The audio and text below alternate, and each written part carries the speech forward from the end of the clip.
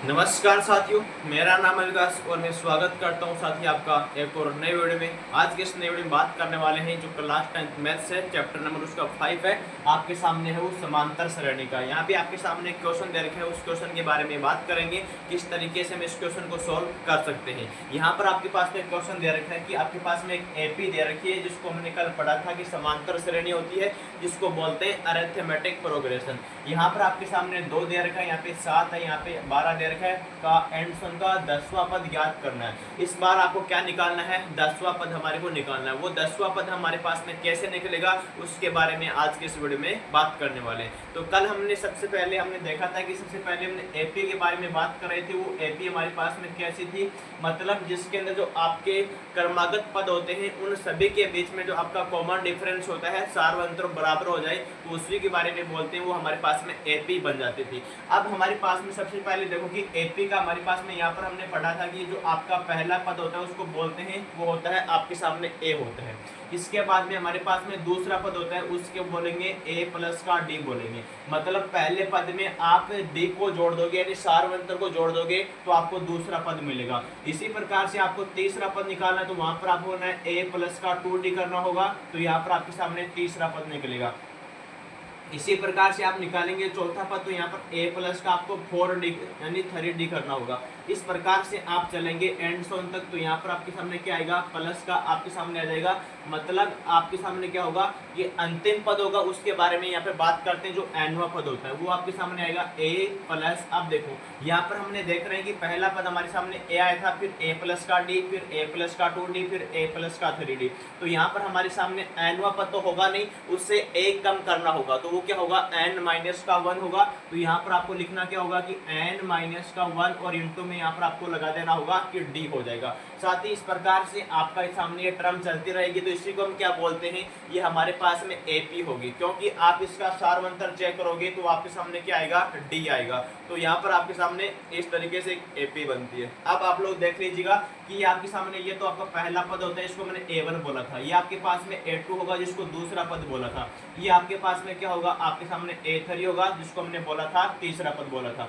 और यहाँ पर आपके सामने क्या हो जाएगा, ये A4 हो जाएगा। कल मैंने आपको बताया था कि यहाँ पर पहला पद A हो जाएगा और यहाँ पर A2 निकालेंगे तो आपको D जोड़ना होगा, मतलब एक कम जोड़ना होगा D में। यहाँ पर A3 निकालेंगे तो A प्लस का 2D करना होगा, वो इस तरीके से आता है। यहाँ पे A4 होगा तो A प्लस का 3D होगा। अब जैसे हम आगे चलेंगे तो यहाँ पर n माइनस का 1 है, तो यहाँ पर पद कौन सा हो जाएगा, A nवा पद हो जाएगा। इसी को हम क्या बोलते हैं, nवा पद बोलते हैं। अब सबसे पहले आपको पता होना चाहिए कि एपी के अंदर आपको व्यापक पद पूछ लिया जाए, चाहे एपी का आपको एनवा पद पूछा जाए, उसके लिए हमारे पास में सूत्र क्या बनेगा। यहाँ पर हम क्या लिखेंगे कि जो आपके पास में एपी होगी तो एपी का हमारे पास में यहाँ पर होगा एनवा पद। वो एनवा पद हमारे पास में क्या होगा, जिसको बोलते हैं nth टर्म बोलते हैं। जो एनवा पद होगा उसको हम किससे लिखते हैं, पहले आप इसको tn से भी लिख सकते हैं और आप इसको an से भी लिख सकते हैं और आप इसको l से भी लिख सकते हैं। ये तीनों टर्म होते हैं इसको प्रदर्शित करने का तरीका।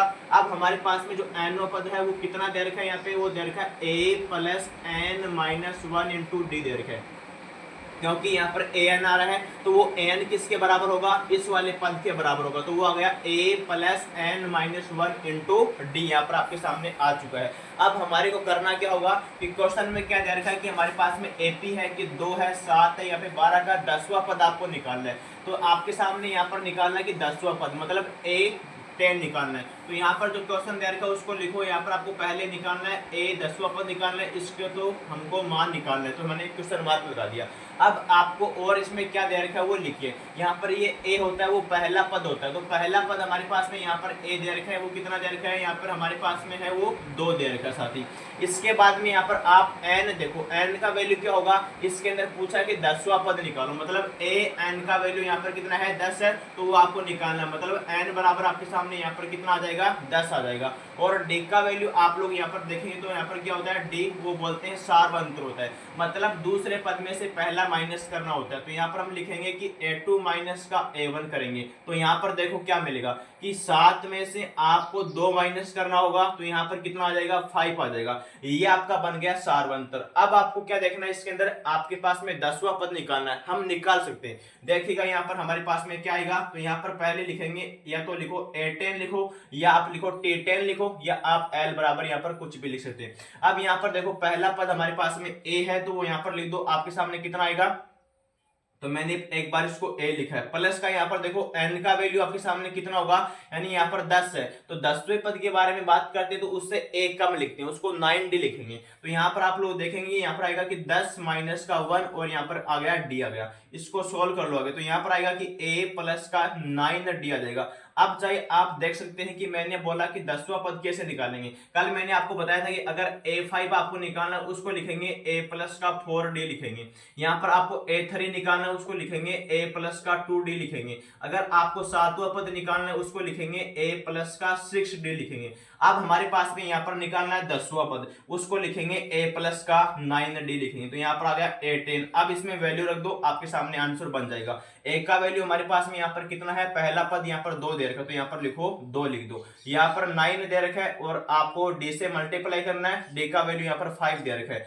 इसको सोल्व कर लो, यहाँ पर आपके सामने 2 आ जाएगा, यहाँ पर कितना होता है 9 पंजे 45 होता है, तो यहाँ पर 45 लिख दो, और यहाँ पे 45 में 2 ऐड कर दो, तो यहाँ पर हमारे पास में कितना आएगा 47 आ जाएगा।